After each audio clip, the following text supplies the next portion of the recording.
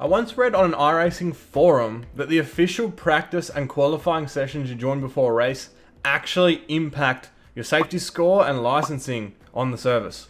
Over a year onwards now, I still see that the general population of iRacing haven't considered that this actually impacts them or have stumbled across the information at all. So in today's video, I'm setting out to officially see if practice and qualifying has any impact on your ratings at all. And in testing this, we may be able to get an idea of how we are awarded increases to our safety scores. To do this challenge effectively, I set out to hit the track as soon as possible in both practice and qualifying, and aim to do as many laps as possible without getting a single incident point so that we don't skew the results. My understanding is that we are under a 0.5 or a 50% modifier compared to when we enter races, but still using the same corner by corner calculation, just at half the rate. There may be other elements here, such as how many cars are on track when it comes to the actual race events, or it may be that the programming structure is actually quite simple and it doesn't care whether or not we have 5 cars on the track or 50. But in today's video, we're simply here to look at the practice and qualifying sessions, so let's go. So we now have 22 people in this event, which is awesome. We are basically now just waiting for the service to go live, and in the meantime, I'm sure the Formula V's will give us some epicness.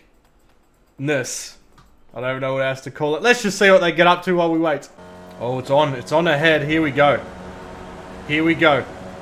The moves. The race has already begun, and the server hasn't even gone live for practice yet, boys.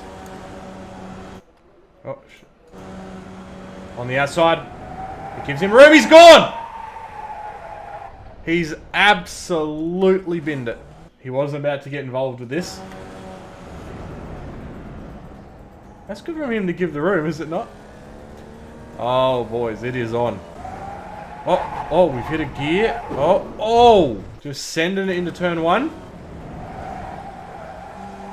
Oh! He nearly had it. He nearly did.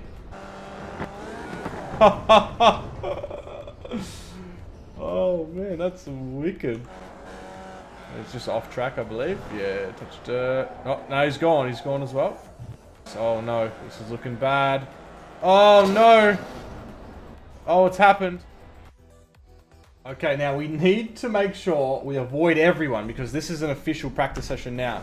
The gear shift. I see why the boys are having a bit of trouble into turns. So we need to avoid every single other driver out in the field. We're just gonna get as many laps. Now I'll put a lap counter up in the corner where we can keep track, and we'll then find the number of corners completed, just to see if we have an idea of how the safety feature works in iRacing. Now I can see my brake slightly activated, so I need to change the calibration, which is fine. We're not doing a race at the moment. I push, I can't get it to work. That's fine. So we have 1 lap completed. You only get about 3 minutes in the official practice here.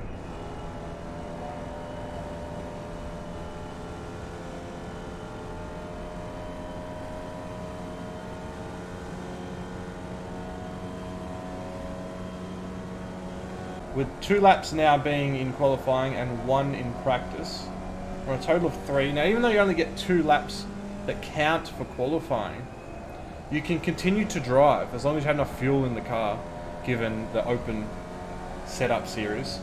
You can continue to drive, and a nifty, not even trick, but something helpful, let's pretend that didn't happen, would be that as you're trying to develop as a driver, and you know your safety score is something you'd like to improve, or you can continue to lap, continue to get more experience driving even after the qualifying flag has finished, which it will this lap I believe, or did we get rid of it last one, and run the timeout completely, continually just lapping. Now, how have we gone from a qualifying standpoint? Let's see.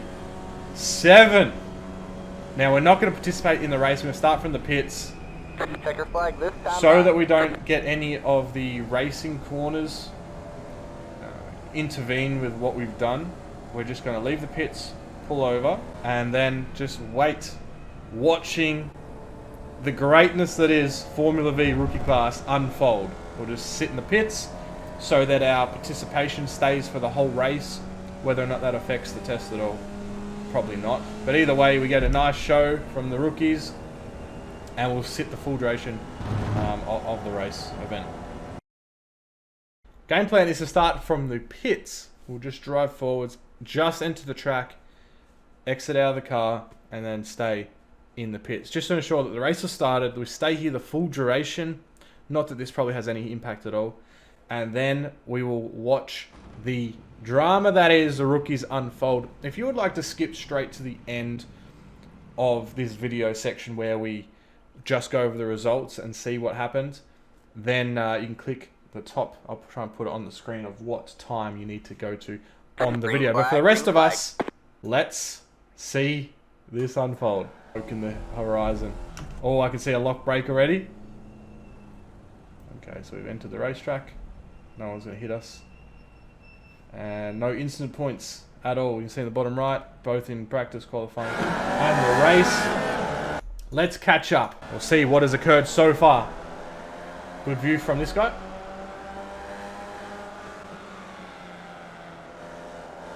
Oh, relatively fit, clean first corner. Racing's tight, we're too wide.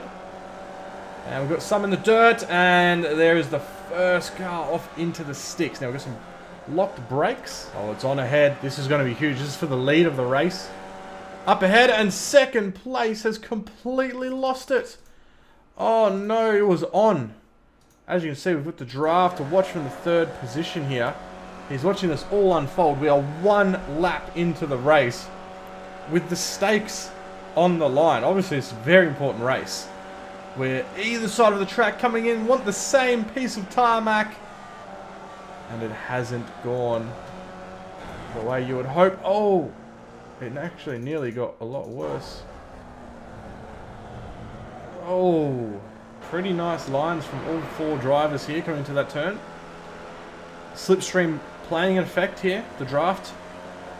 Maximising all the track. We've mixed the apex there. I think everyone's nearly gone off track. Maximising it all. As you can see, this is where all the drama unfolds. Off the straight, you can see him getting closer and closer. All of the drivers, as the person ahead of them breaks the air ahead. And all of the drivers coming in the too wide again, just as previous. This time the outside guys held onto it. He's under attack by third place, and all the drivers coming in and not quite hitting the like and subscribe curve. Make sure you do if you've made it this far into the video of this testing to see whether or not our safety score has been affected this whole time without us even properly aware because of these practice and qualifying events. Now this race is still going quite insane. I believe the laps here is a 12-minute race, so they won't get 12 minutes, so nearly halfway now. Sorry, thought you were staying down there. Too wide through turn one. Not always the easiest thing to do. And they have successfully completed it. Now, we heard a sorry further back. What has happened? Oh, here we go. Oh, this is what's happened.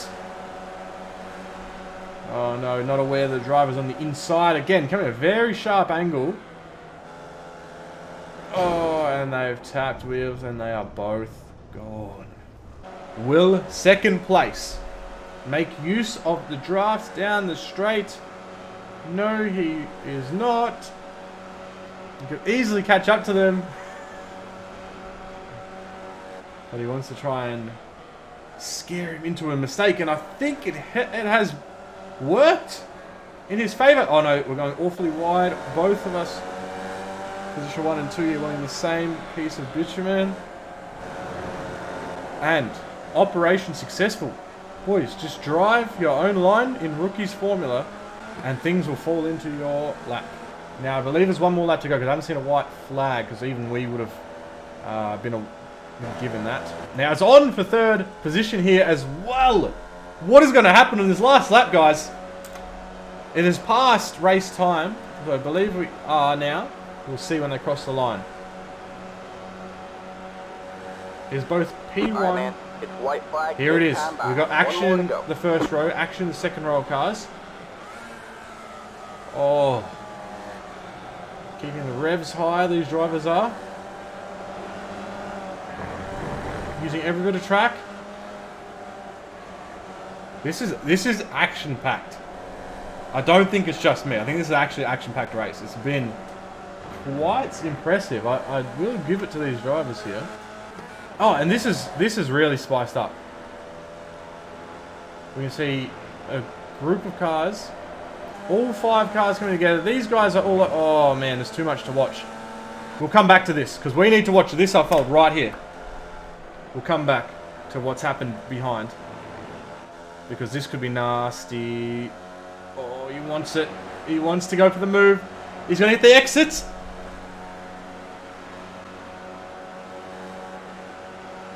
Oh, who's got it? Who's got it? Who's got it? The blue car just claimed the position. Alright, I can see good news already. When you start, everyone is awarded a 0 I rating and starts with a 2.5 on either of the race series categories here, which is dirt oval, dirt road, oval and normal road. Now, we have done nothing in the race there. We completed no corners, no laps. We just left the pits and then stayed in the pit lane the whole race. And as you can see, we have been awarded safety rating. We can see that the safety rating change from this event was awarded 0.03. Now, remember, from what I understand, this is calculated through a per corner basis. I don't think straightaways count too much. Maybe there's some influence from like distance traveled or something, kind of like a kilometer or miles reading in a car. But whatever it was that we've done here, the practice and qualifying we can see does in fact count. Now, see, it's actually looking at more depth of what we can see in front of us. Laps completed 12, which would be the total of everything we did in that event, which is practice, which is qualifying, none in the races at all. So we use the whole qualifying time. We can see in Lime Rock, I believe turn 1 is 2 corners.